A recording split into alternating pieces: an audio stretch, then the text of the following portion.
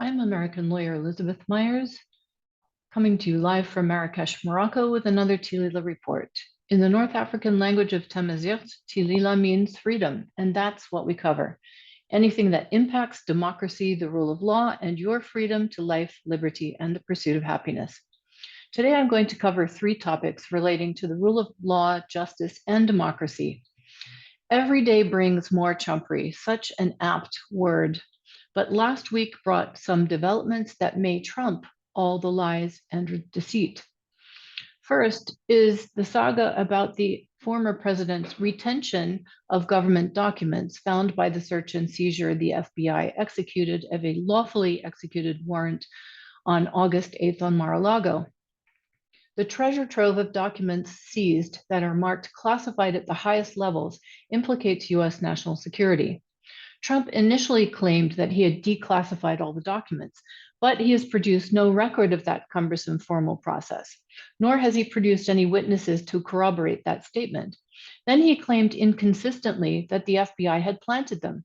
And this has played out somewhat differently in court, where his lawyers have refused to assert either proposition, and the typical delaying tactics used by Trump lawyers may have backfired. The courts in the aptly named case, Trump versus the United States of America, have acted with dispatch and I believe will dispatch Trump's tricks with alacrity. So after the execution of the search warrant, Trump moved for the appointment of a special master to review the documents that the federal government had seized. The district court, Aileen Cannon, granted that motion in substantial part. And then she indicated her, quote, preliminary intent to appoint a special master. In fact, she did do that. She granted Trump's motion and appointed Judge Raymond Dearie, a Reagan appointee proposed by Trump's lawyers and agreed to by the DOJ. DOJ appealed her ruling, seeking a partial stay pending the appeal of the full appeal of the district court's order with respect to roughly 100 documents bearing the classification markings. Well, the Court of Appeals, the 11th Circuit, issued what was called by constitutional scholar Larry Tribe at Harvard, an excoriating and crushing slapdown of Judge Cannon's extraordinary order. So what was the order? On Wednesday, last Wednesday, the three-judge panel, in an opinion issued for the court, reversed her order to the DOJ that it not use 100 classified documents found in the Mar-a-Lago search in its continuing criminal investigation of the former president, pending the outcome of the review by the special master. The appellate court judges said that the record lacked any evidence that Trump had any personal interest in classified documents or that he had declassified them as president. They stated that they could not, quote, discern why Trump would have an individual interest or need for any of the 100 documents with classification markings. Under the law, a person may have access to classified information only if, among other requirements, he has a, quote, need to know the information. And the opinion stated that this requirement pertains equally to former presidents. Finally, what's quite extraordinary is that the opinion concluded that the lower court judge, who, by the way, was a Trump appointee, had abused her discretion. Well, what happens now? Judge Dearie has to implement this ruling and will finish the special master process by Thanksgiving. So he gave Trump's lawyers until this Friday to declare under oath, i.e., to offer evidence, which documents are misclassified as classified or mischaracterized as classified on the inventory list, and which documents the FBI allegedly planted during or after the search. In short, the Trump lawyers have painted themselves into a corner. Trump's last hope in this case to slither out of accountability for having actually stolen hundreds of government records will be when Judge Dearie's recommendation goes back to Judge Cannon. But I think it's fair to say that her career and reputation as a judge are already under cloud due to the abuse of her discretion that the Court of Appeals already noted. So I hope she'll do the right thing. The second thing I want to talk to you about today is that Tish James, the New York Attorney General, has sued former President Donald Trump and his organization in a civil suit alleging multiple counts of tax fraud and misrepresentation by Trump, his organization, his three eldest offspring, who are executives in the company, and two other high ranking executives in the organization.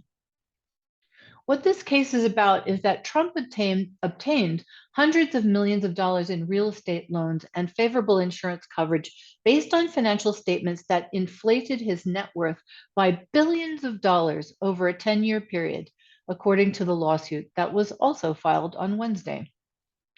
Tish James said in announcing the suit, claiming you have money that you do not have does not amount to the art of the deal. It is the art of the steal. The 214-page lawsuit seeks disgorgement of financial benefits he and his company obtained as a result of the scheme, estimated at a minimum of $250 million. Just one example is when Trump used inflated values to redevelop the old post office in Washington, D.C., a gorgeous building, into a luxury hotel, and then later sold that property at a net profit of more than $100 million. So the New York Attorney General also wants to bar Trump and his adult offspring from service as an officer or director in any New York corporation for 5 years, to bar Trump and his company from obtaining commercial property in New York for the same period, and to bar Trump and his company from applying for loans from New York registered financial institutions for 5 years. If she prevails in this suit, this could triple Trump's business in New York State. And there are two notable things about this being a civil case rather than a criminal case. First is the burden of proof. The Attorney General only has to prove by a preponderance of the evidence that he committed these acts, not beyond a reasonable doubt. The second thing is that in a civil case, pleading the Fifth Amendment can be used against you. And Trump pleaded the Fifth Amendment already more than 444 times in his deposition just last month. And you may remember he said, if you're innocent, why are you pleading the Fifth?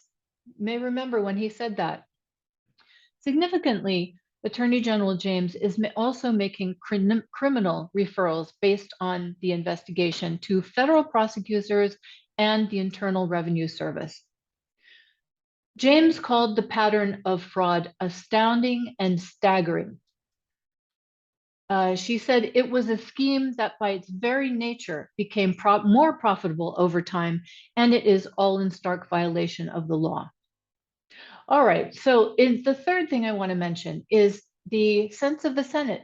This also came down on Wednesday, but it's something that seems not to have gotten much, if any, traction in the media in the wake of the FBI's lawful Mar-a-Lago search. The US Senate issued a resolution unanimously expressing the sense of the Senate that violence and threats of violence against employees of the Federal Bureau of Investigation, the FBI, are unacceptable and should be condemned. Well, this is perhaps not surprising that it condemns the threats of violence levied after the search against the FBI and agents and their families, but it goes further to state that the threats have been inflamed by calls from members of Congress to, quote, destroy the FBI or, quote, defund the FBI. It says members of Congress comparing the execution of a lawful warrant by the FBI to the actions of a Nazi Gestapo. It mentions that. It also mentions repeated attacks from the former president himself, who has called FBI officials, among other things, among other insults, as the resolution says, vicious monsters. It notes the calls for civil war and armed rebellion. It cites the dirty bomb outside of the FBI headquarters and the posting of personal identifying information of agents' home addresses and identification of their family members.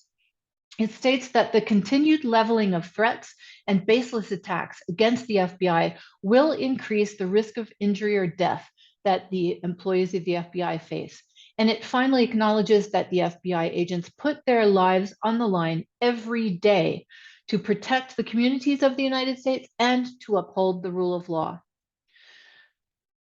The actual language that the Senate uses urges public officials at every level of government to reject and condemn political violence and the threat of political violence, regardless of its motivation. It honors the Senate honors the dedicated service of the employees of the FBI, expressly mentioning their work executing lawful warrants. And most importantly, the resolution affirms that a founding principle of the United States is that individuals settle differences through the political process, not through the use or threat of violence. Bingo. So last week was a bad week for Trump. In fact, Wednesday was a bad week for Trump on so many legal fronts. But ultimately, and this is this is a lawyer's worst nightmare, the requisite criminal intent or mens rea will probably most likely that would result in an indictment would probably most likely be proven by the words coming out of Trump's own mouth. Trump told his aides last year that he believes that some of the documents were his personal property, but that he had agreed to give the government, quote, what he believed they were entitled to. In an unhinged televised interview last week with Sean Hannity, Trump said that the president can declassify documents, quote, even by thinking about it, because you're sending it to Mar-a-Lago or to wherever you're sending it. And there doesn't have to be a process. When you send it, it's declassified, close quotes. Now, he tried to catch himself and obscure his admission, but the words were already out. He was sending those documents to Mar-a-Lago intentionally. So as his legal defenses collapse, he is resorting to things like this telepathy defense, or even more strikingly, the Hillary Clinton email defense, which he also said the FBI might have been looking for when they searched Mar-a-Lago. The bottom line here is that it's all government property. All of the materials that were seized are government property, with certain exceptions that may be some of his own private things that he had mixed in with them. Classification is merely a red herring, and that's what the Court of Appeals said.